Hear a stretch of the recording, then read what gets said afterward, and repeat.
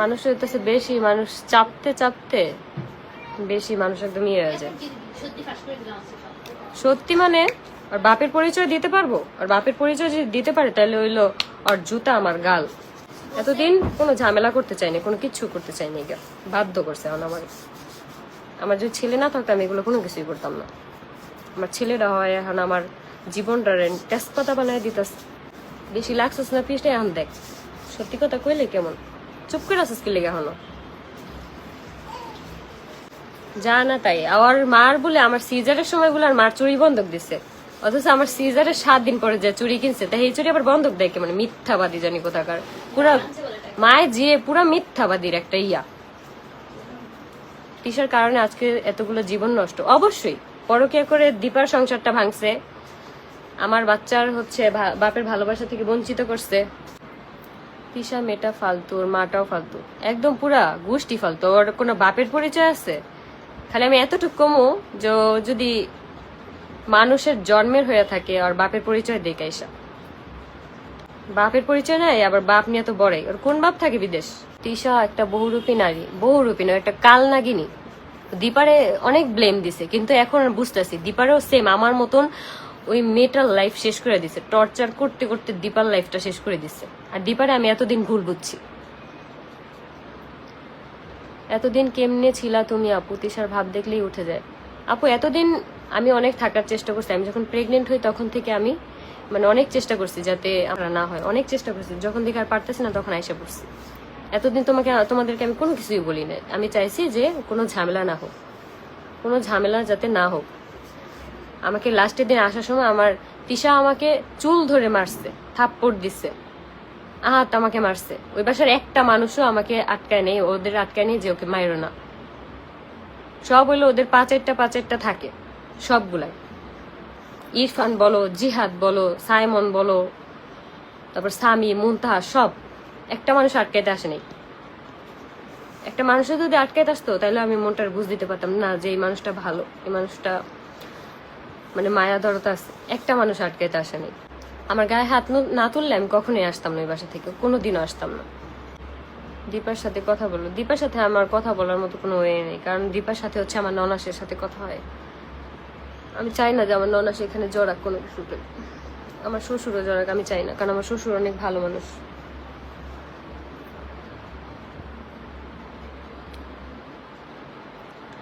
আর আপনি সাবধানে থাকেন আপু। আমি সাবধানে আছি। এখন যদি ওরা আমার কোনো ক্ষতি করে, মানে কোনো লোক দিয়া বা কারো দিয়া, আমি জানি না, আমার যদি কোনো দিন যে শুনতে পারেন যে আমার কোনো ক্ষতি হয়েছে বা আমার ফ্যামিলির কোনো ক্ষতি হয়েছে, তাহলে যেন আপনারা সেই বিচারটা করেন। আপু তোমার গায়েও হাত তুলছে? হ্যাঁ আপু, আমার গায়েও হাত তুলছে। তিশা, আহাত দুইজনই আমার গায়ে হাত তুলছে। গায়ে হাত না তুললে আমি কখনোই এত হাইপার হইতাম না, কখনোই বাসা থেকে চলে আসতাম না। গায়ে হাত তোলার পরে আমার রাগ অনেক উঠে গেছে, যার কারণে আমি বলছি যে আমাকে এখন যাইতে হবে, আমি এভাবে আমি থাকবো না, আমি তোদের সাথে থাকতেও চাই না। আগে থেকে আপু যখনই ঝামেলা হইতো তখন থেকে আমি থাকতে চাইতাম না। তুমি মামলা করো, দীপার সাথে কথা বলো। আমি কোনো স্টেপ নিতে চাচ্ছি না। যদি আমাকে বেশি ওরা ফোর্স করে আমি স্টেপ নিতে বাধ্য হব। আপু তুমি বাদ দাও, নিজের জীবনটা চিন্তা করো। আপু বাদ দিয়ে তো থাকতে পারতেছি না, আমি তো বাদ দিয়ে দিছিলাম, নিজের কাজ বাজ নিয়ে ব্যস্ত ছিলাম। ওরা তো আমাকে ভালো থাকতে দিতেছে না। আপু তোমার সব ভিডিওগুলো আগে দেখতাম। থ্যাংক ইউ আপু, আগের থেকে অনেক সুন্দর লাগছে। এখন অনেক টেনশন ফ্রি আছি, এই জন্য হচ্ছে অনেকে, কিন্তু মিথ্যাবাদীগুলা আমার জীবনটা শেষ করে দিচ্ছে। 2টা বছর আমার জীবনটার মধ্যে কিচ্ছু নাই। তিশাকে নিয়ে কেউ কমেন্ট করলে রিপ্লাই কে দিত? সত্যি তুমি রিপ্লাই দিতে? না আপু, আমার হাত থেকে ফোন নিয়ে যে আমার হয়ে ও রিপ্লাই দিত। ও বাসার প্রত্যেকটা মানুষের সাথে সেম কাজ এগুলো করে।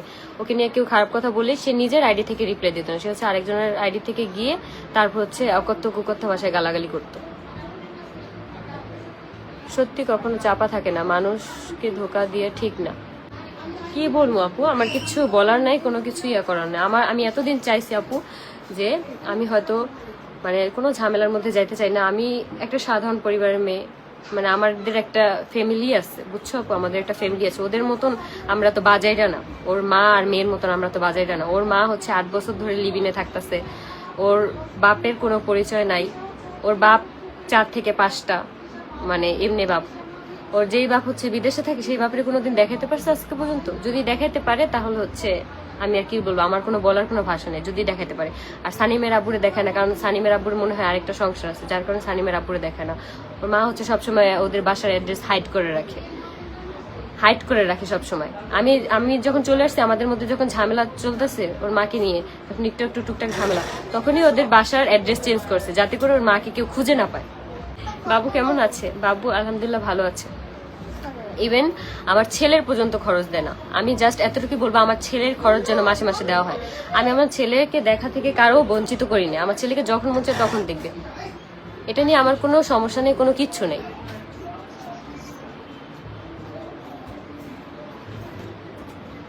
আপু তিশা টাকার জন্য নিজের জামাইকেও ছাড়ে না। জানি না ওর আগের জামাইরে কি করছে না করছে। আমার ছেলেটা হওয়ার পর থেকে আমার উপরে এই অত্যাচার আর কি দিন দিন বাইরেই যেতেছে। আমি ধৈর্যের সীমা একদম পার হয়ে এখন আমি এই অবস্থায় দিয়ে যদি দরজা লাগা দাঁড়িয়ে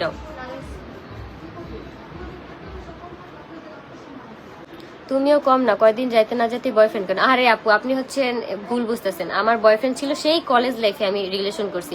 সেই কথা তিশাকে বলছি যে আমার কলেজ লাইফে মানে একটা ছেলের সাথে রিলেশন ছিল, সেই কথা এখন তুই আনছে। আমি যদি বিয়ের পরও কিছু করতাম তাহলে একটা কথা ছিল। 8 থেকে 9 বছর আগে আমার রিলেশন ছিল, সেইটা এই মুহূর্তে তুলে আনার কোনো ইয়ে আছে? ও তো প্রেম করছে লিজান, তারপর হইতেছে আরো রবিন, আরো কয়েকটা ছেলের সাথে। সবসময় বলতো আমি রবিনকে অনেক ভালোবাসি।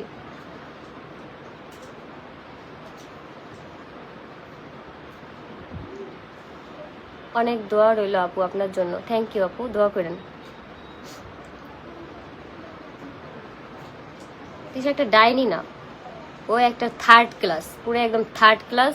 ও মানুষকে বলে না বস্তি ও নিজে খুলতে। আজকে আমি জাস্ট বলতে বাধ্য হয়েছি, আমার বাবা বিজনেস করে, জুতার দোকান আছে আমার বাবার। বলে আমার বাবাকে নাকি জুতার দোকান থেকে তাড়াই দিছে। আমার বাবা তো লাস্ট 8 বছর ধরে তো কোনো দোকানেই কাজ করে না। আমার বাবার সবসময় নিজেদের দোকান ছিল। আমার বাবার মানে নিজের, সে আমার বাবার ব্যবসাটা ছোট হোক কিন্তু সে নিজেই আর কি মালিক ছিল। তা আমার মা নাকি ওই পরকিয়া করছে দোকানদারের সাথে, এরকম কোনো রেকর্ডই নাই। ও দোকানদারের মালিকের সাথে নাকি আমার বাপে পরকিয়া করছে। কি ফালতু তিশার, মানে এত খারাপ স্বভাব। মারিয়া মেয়েটাকেও পর্যন্ত লাস্টের দিন যে মারিয়া চলে যেতে চাইছে সেই দিন পর্যন্ত মারিয়াকে গায়ে হাত তুলছে, মারিয়াকে থাপ্পড় মারছে, ঘুষি মারছে, চুল ধরে টান দিয়ে মারছে মারিয়াকে। এখন ওর মার বাসা থেকে মারিয়া চলে গেছে কারণ মারিয়াকে দিয়ে বাসার কাজ করায়, ঘর মোছায়, ঘর ঝাড়ু দেওয়া। অথচ মারিয়াকে যখন নিছে তখন বলছে তুই শুধু আমার ভিডিও বানায় দিবি আর ভিডিও এডিট করবি, এই কথা বলে নিয়ে ওই মেয়েটাকে দিয়ে বাসার সমস্ত কাজ করায়। তারপর হচ্ছে থালা বাসন ধোয়ায়, তারপরে হইতাছে যে সংসার যাবতীয় যত খুঁটিনাটি কাজ আছে সব ওই মেয়েটাকে দিয়ে করে, যার কারণে ওই মেয়েটা বাধ্য হয়েছে এখান থেকে চলে যেতে।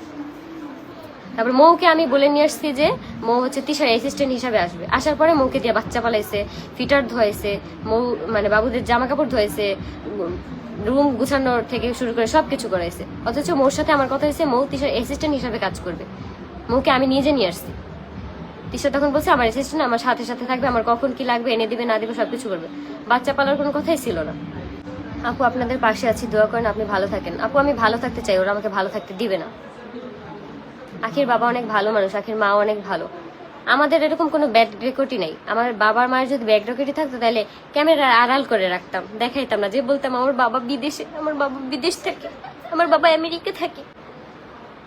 তিশার এক্সট্রা বাবার কোনো অভাব নেই, অনেক বাবা। আমার একটা টিস্যু দে তোর, আমার একটা ভিজা টিস্যু দে, আমার মুখটা জানি কেমন লাগতেছে, লোশন হাতে দিতে দিতে মুখেও দিয়া লাইছি, একটু দে। মানে এসব কথা না বললে কিভাবে ভাইরাল হবে তিশা, এই জন্য এগুলো বলা শুরু করছে। হ্যাঁ এই জন্যই এগুলো বলা শুরু করছে। আমি আপু চুপ থাকতে চাইছি, আমি চাই যে ওদের সাথে আমার কোনো গেজাব না হোক, কারণ আমি ভালো থাকতে চাই। এখন দেখি আমাকে নিয়ে প্রত্যেকটা ভিডিওতে এটা দে, প্রত্যেকটা ভিডিওতে প্রত্যেকটা লাইভে আমাকে নিয়ে পড়ে থাকে। গাড়ি কেনা থেকে শুরু হয়েছে সব তো তিশার কন্ট্রোলে। হ্যাঁ সব তিশার কন্ট্রোলে, সব তিশার কন্ট্রোলে, সবকিছু এভরিথিং। আহাতকে পর্যন্ত তাবিজ করে নিয়েছি, নাহলে আহাত কেন শুধু তিশা তিশা বলবে। আমার হাজবেন্ড কখনোই এরকম ছিল না। শুরুর দিক থেকে আমাকে একটু একটু করে ভালোবাসার ট্রাই করছে। যখন দেখে যে আমাকে ভালোবাসতে, মানে যখন তিশা দেখে যে আমাকে ভালোবাসতেছে তখন থেকেই দেখি যে ওর এই বহুরূপ সহ্যই করতে পারতো না। আমার হাজবেন্ড আমার কাছে এসে 5টা মিনিট বসতে পারতো না পর্যন্ত, সবসময় ওকে তারার উপরে রাখতো। আল্লাহ ওদের বিচার করবে আপু, অলরেডি বিচার করে আল্লাহ শুরু। আমাকে যদি এত না খেপাইতো আমি কখনোই কোনো কিছু বলতাম না। আমরা যা ইনকাম করতাম আমাদের ইনকামের বেশিরভাগ টাকাই হচ্ছে ওদের ফ্যামিলির পিছনে যেত। আমি আপনাদের হিসাব দেই, ওর মাকে দিতে হতো 40,000 করে টাকা। তারপর হইতাছে ও যে বলে আমার বাবাকে 20,000 করে টাকা দিছে, ওর মাকে আমরা অনেক আগে থেকে 40,000 করে টাকা দিই। আমার বাবাকে জাস্ট 1 মাস 30,000 টাকা দিছে, আর ঈদের সময় 1 মাসে 1 লাখ টাকা দিছে। সেটা আমাদের মধ্যে কথা ছিল যে ওর মাকে 5 লাখ টাকা দিয়ে চুরি কিনে দিবে, আমার বাবাকে 3 লাখ টাকা দেওয়ার কথা ছিল, আর আমার শ্বশুরের ফার্মেসিটা ঠিক করে দেওয়ার কথা ছিল। কিন্তু ওই সময় আমার বাবাকে 1 লাখ টাকা দেওয়ার পরে আর কোনো টাকা পয়সা দেওয়া হয়নি। ওর মাকে ফার্স্ট হচ্ছে চুরি কিনে দিছে, অনেক আগে থেকে 40,000 টাকা করে খরচ দেওয়া হতো। আমার বাবাকে যে মাসে 1 লাখ টাকা দিছে সেই মাসেও তিশার মাকে হচ্ছে 1.5 লাখ টাকা দেওয়া হয়েছে। ওর মা নাকি কিসের কেস চালায়, সেই কেস চালানোর জন্য হচ্ছে ওর মাকে 1.5 লাখ টাকা দেওয়া হয়েছে। আর আমার শ্বশুরের ফার্মেসিটা তো আজও পর্যন্ত ঠিক করে দেওয়া হয়নি, বাট কথা ছিল যে ঠিক করে দিবে, বাট দেওয়া হয়নি। আমি আমার আইডিতে পোস্ট দিছি হাতকে নিয়ে, মানে আমার সবকিছু লিখছি। ওইখানে তিশার মা ফোন দিয়ে বলে যে তুই একটু ওইখানে লিখে দে যে আমি তোদের কাছ থেকে ফার্নিচার কিনে নিছি, আর হচ্ছে একটু লিখে দে যে তিশার বাবারেও আহাদের বাবারেও হচ্ছে 3.5 লাখ টাকার মার্কেট করে দিছে, এটা লিখে দে না, মানুষ আমার ভুল বুঝতেছে। ওরে বাবারে, আমার আসছে ভুল বুঝতেছে তাহাকে। তাহা হচ্ছে 8 বছর ধরে লিভ ইন সম্পর্কে আছে, তাহাকে ভুল বুঝতেছে। আমার বাবাকে নিয়ে যে কথা বললো যে আমার বাবা হকারগিরি করে, তোর তো বাপেরই খোঁজ নেই। তোর বাপ কোন বাপে জন্ম দিছে রে? যেই বাপ জন্ম দিছে সেই বাপ তো আমাদের সাথে থাকতো। রাজনীতি করে আমাদের বাসায় পলাতক ছিল, আমাদের যে আমরা যেই ফ্ল্যাটে থাকতাম তার উপরতলায় পলাতক ছিল, এই জন্য হচ্ছে ওই ফ্ল্যাটে ওই সবসময় আটকে থাকতো। ওই বাপের পর্যন্ত, ওই বাপের বাসার খুচরা মুদি বাজারটা পর্যন্ত আমাদের বাকি দোকান থেকে নিয়ে যেত, আর ওই বাপে তো সবসময় আমাদের কাছ থেকে খরচ নিতে চেয়েছে। তারপর হইতেছে তিশার ছেলেকে হচ্ছে সব সময় এই যে চিপস বিস্কিট হাবিজাবি অনেক খরচ দিত তিশার ছেলেকে, এগুলো সব কিনে কিনে কুরিয়ার করে পাঠাতো। ঈদে তিশার ছেলেকে মনে হয় 9-10 সেট ড্রেস আপ দিছে, জুতা দিছে 2-3 জোড়া, অথচ এখানে দীপার মেয়েকে দিছে দুইটা ড্রেস দিছে আর 2 জোড়া জুতা দিছে। কেন? ওখানে ইনকামের মেইন সোর্স হচ্ছে আহাদ, কেন ওকে আহাদের একটা মেয়েকে কম দেওয়া হলো? আমি দিতে বলছি, হ্যাঁ আমি দিতে বলছি, আমি কম দিতে কইছি। এটাই তো কইবেন বানাইয়া নাটক বাস। মুখটা খারাপ হইতাছে খালি লাইভে দেখে, মুখটা খারাপ করলাম না। ওর ছেলেরে, ওর যে জন্ম দিয়ে হালাইত হয়েছে যে ছেলের, এই ছেলের আইনা এখন আহাদের দত্তক নেব যাতে আহাদের বাপের সব জায়গা সম্পত্তি পায়। এই জন্য আমি আমার শ্বশুরের সাথে কেন কথা বলি, এই জন্য হচ্ছে আমি নাকি জায়গা সম্পত্তির জন্য কথা বলি। আমাকে ফোন দিয়ে বলে জায়গা সম্পত্তির জন্য কথা বলেছে আমার শ্বশুরের সাথে। আহাদের রক্ত আয়াস সব পাবে, তোর ছেলের দত্তক নেই তোর ছেলের সব পাইবে না, আর আমার শ্বশুর সব দিয়ে দেয়। আমার শ্বশুর তো এতই বোধাই একবারে।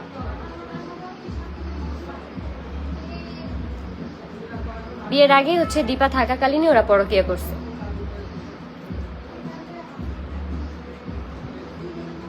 আমাকে বাধ্য করছে, ওরা এগুলা করতে আমাকে বাধ্য করছে। আমি চুপচাপ থাকতে চেয়েছিলাম, আমি চুপচাপ থাকতে পারতাছি না। একটু দাও, ওইটা লাগাই দাও। আগে ভিডিওগুলো দেখতে মনে করতাম তোমরা ওখানে সুখে নাকিকাপুর কাছ থেকে সব আসল ঘটনাগুলো জানতে পারতেছি দিন দিন। আমি যখন ভিডিও করতাম ওইটা ছিল স্ক্রিপ্টেড। আমি সারাদিন আমার মন মানসিকতা অবস্থা এত খারাপ ছিল, আমি সারাদিন কান্না করতাম।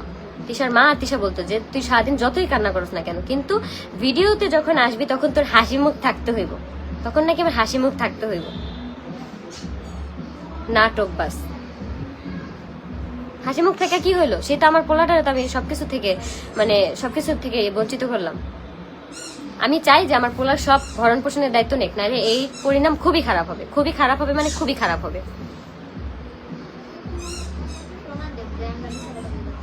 আর আমি যদি একটাও মিথ্যা কথা বলে থাকি, ও সে প্রমাণ দেখ। প্রমাণ কি? ওর বাসার যে ওই চেলাপেলা গুলো প্রমাণ, হ্যাঁ প্রমাণ এবার আমিও দেখাইতেছি। কোন জায়গায় দেখুন প্রমাণ বাইর করতে হয়, দেখাইতেছি এবার। খালি খারাপ। আখি আপু, আমি আয়সা পড়ছি অনেক পরে, তোমরা দেখছো? হ্যাঁ আমি তো দেখছি, অনেক পরেই আয়সা পড়ছি। আয়াস কেমন আছে আপু? আয়াস ভালো আছে।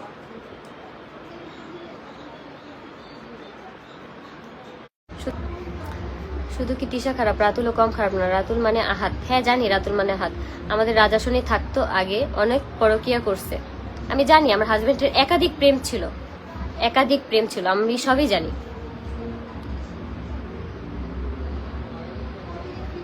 আয়াসকে অনেক আয়াসকে আনো দেখি। আপু আয়াস হচ্ছে খালি গায়ে আমার মনটা। Love you Api, love you two. আপু 203 নিয়ে যখন ভয়েস আপলোড দিত তখন ভয়েসগুলো কি তিশা শিখিয়ে দিত? হ্যাঁ, আমি কখনোই ভয়েস ওভার দিতে পারতাম না, যার কারণে শিখিয়ে দিত। এখন শিখতে শিখতে অনেকটা পারি। এখনো আমার কথাগুলো কিন্তু অনেক থতলায়, যে এটা তোমরা হচ্ছে আমার ভয়েস দেওয়া ভিডিও দেখলেই দেখতে পারবা।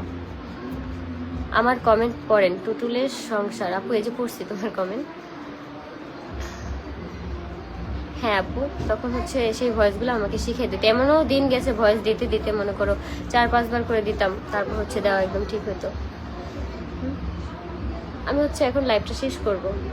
আপু ওদের স্বামী স্ত্রী কি জিন সত্যি ধরছিল? আমি যখন জিন ধরছিল তখন তারপরেই তো আমি চলে আসলাম। আমি জানি না এটা কি আসলেই নাটক সাজানো নাকি সত্যি, কারণ যদি সত্যি হয়ে থাকে তাহলে কখনোই শাড়ি পরতো না, কখনোই এত জায়গায় জায়গায় ঘুরতো না। কক্সবাজার গেল তখন কি জিন, কি তখন কি ইয়াতে রিটায়ার্ডে গেছিল জিন? যখন বৃষ্টিতে ভিজছে তখন কি জিন রিটায়ার্ডে গেছিল? ছুটিতে গেছিল জিন। নাটক, নাটকের জায়গা পায় না। নাটকে এবার ছুডামো, ঠিক মতন নাটক ছুডামো এবার। আমারে বেশি চেতাইছিস না, খেপাইছিস না, এবার নাটক দেখবি। কতবার সাহস আমার গায়ে হাত তুলছিস? আমার বাপ মারে পর্যন্ত আমি বলিনি যে আমার গায়ে হাত তুলছিস। আমি চাইনি এত ঝামেলা, আমি চাইনি এত ঝামেলা। এখন দেখবি আমার গায়ে হাত তুলছিলি না, এখন দেখবি আমার আসল রূপ দেখবি এখন। এই মহিলা অনেক চালাক, আমরা সবাই বুঝতে পারছি। অনেক চালাক মানে ওর মা আর মেয়ে বহুত চালাক, দুরন্তর চালাক। এক কথায় বলতে গেলে ছেলে ধরা ওরা, ওর মা আর মেয়ে। ওর মারও কোনো জামাই ঠিক নাই, আর ওর কথা তো বাদই দিলাম। ওর একটা বান্ধবী আছে যে ওই ইয়াতে থাকে, হাতির ঝিলের এখানে থাকে। আর এই বান্ধবীর কাছ থেকে আমি শুনছিলাম তিশা নাকি ওর জামাইয়ের সাথে পালায় গিয়ে বিয়ে করছে, অথচ আমার বলে যে ওর মায় নাকি ওর বিয়ে দিছে। ওনাকে অনেক উশৃঙ্খল ছিল, জায়গায় জায়গায় ধরা খেয়েছে, সেই বান্ধবী আমাকে বলছে। অথচ আমি তিশার আজ পর্যন্ত বলিনি যে তোর বান্ধবী আমার আড়ালে তোর ব্যাপারে এইসব কথা বলছে।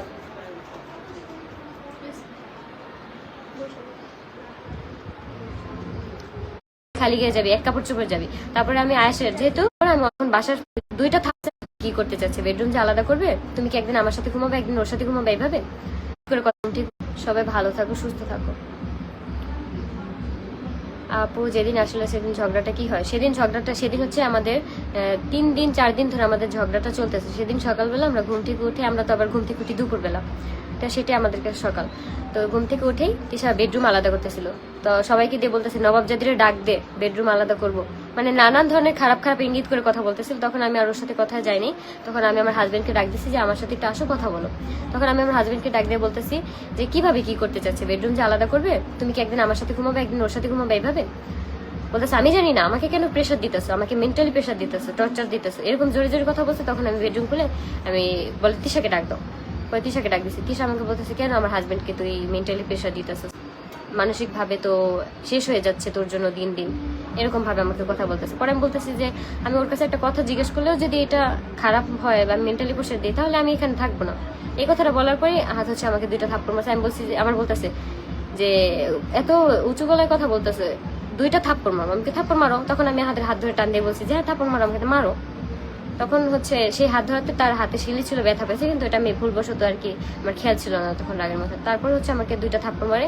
আর যখন আমি থাপ্পড় মারার পরে আমি বলছি যে আমি থাকবো না, আমি যখন অন্য রুমে যেতে চাইছি তখন তিশা আমাকে জোর করে হাতটা ধরে তারপর হচ্ছে আমার চুল ধরে আগে টান দেয়, তারপর হচ্ছে 3-4টা থাপ্পড় মারে। তখন বাসার প্রত্যেকটা মানুষ, স্বামী, মুনতাহা, রাজ, ইরফান, তারপর হইতেছে জিহাদ, ওই ইরফানের আম্মু, সবাই তাকায় তাকায় দেখতেছিল। একটা মানুষ আমার কাছে এসে ওকে আটকায় নিয়ে যে ওকে মাইরো না।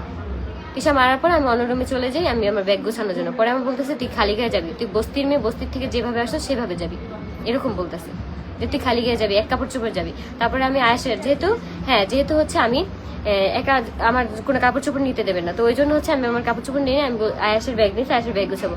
ওই যে এগুলো যে নিতেছে এগুলো কার টাকার? এগুলো আমার টাকার, আমি কামাইছি। আয়েশের ব্যাগ, আয়েশের হচ্ছে ফিডার, আয়েশের কোনো ফিডার দিব না, তুই যে কামাইয়া হে পরে খাওয়া, কোনো ফিডার দেওয়া যাবে না, আয়েশের কোনো কাপড় চোপড় দিব না, তোর টাকার কামাই, এরকম করে বলতেছে। তারপর আমি আয়েশের কোনো কিছু গুছিয়ে আনি, তখন আমি বের হয়ে যেতে চাইছি, আমাকে বের হইতে জানি কয় তোর আম্মু আব্বুরে কল দিব, তোর আম্মু আব্বু এসে তোকে নিয়ে যাবে, তো যদি রাস্তাঘাটে কিছু হয় তাহলে এই ড্রাইভার কে নেবে। পরে বলছি যে আমার আম্মু আব্বুর কল দিই। তারপর আমার আম্মু আব্বুর কল দিয়ে তিশা আমার আব্বুকে আসতে বলে, আমার আব্বু অসুস্থ থাকার কারণে যাইতে পারেনি, আমার আম্মুকে পাঠাইছে। তখন হচ্ছে আমার আব্বু আর কি আহাদের সাথে কথা বলতে চাইছে, কিন্তু আহাদ তখন কথা বলেনি। তখন তিশা বলে যে তোমার কথা বলা লাগবে না, তুমি কোনো কিছু কথা বলতে পারো না, ওর বাপে যা বলবো তাতেই গুল্লা যাইবা তুমি। তো বলে যে আহাদ অসুস্থ, আব্বা আহাদ কথা বলবে না। তো এই কথা বলে আমার বাবার থেকে কথা কাটায় নিছে।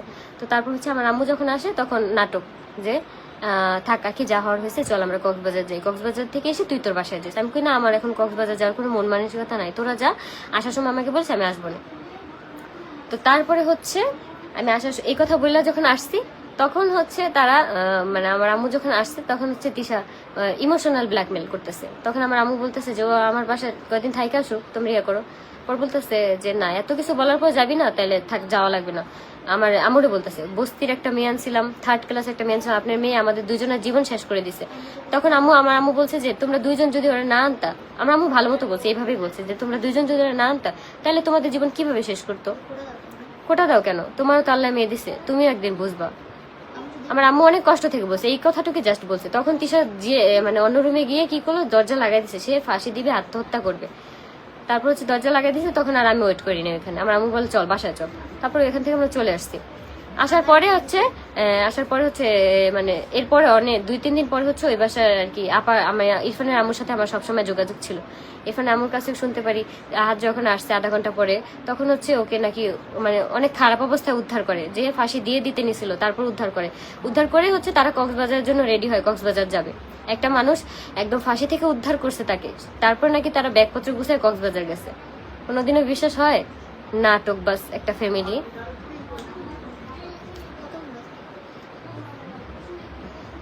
রিয়েলিটি দিয়ে কোনোদিন আইতে পারবো? কতগুলো যে চামচা আছে না ওদের, এই যে সাদিয়াতুন নাফিসা, তারপর হচ্ছে অফশোরে এই যে গ্রুপে যে অ্যাডমিন মেয়েগুলো আছে না, এই বস্তি মেয়েগুলা হচ্ছে 3-4টা করে আইডি খুলে রাখে। বস্তি মেয়েগুলা 3-4টা করে আইডি খুলে রেখে তারপর হচ্ছে মানে তিশার নামে কেউ কিছু বললে ওদেরকে অ্যাটাক করে, সে ফেক আইডি নিয়ে।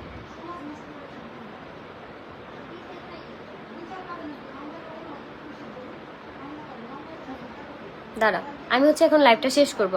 তোমরা যদি আরো লাইভ চাও, যদি আরো কিছু জানা থাকে অবশ্যই বললো, আমি হচ্ছে রাতে লাইভ আসবো।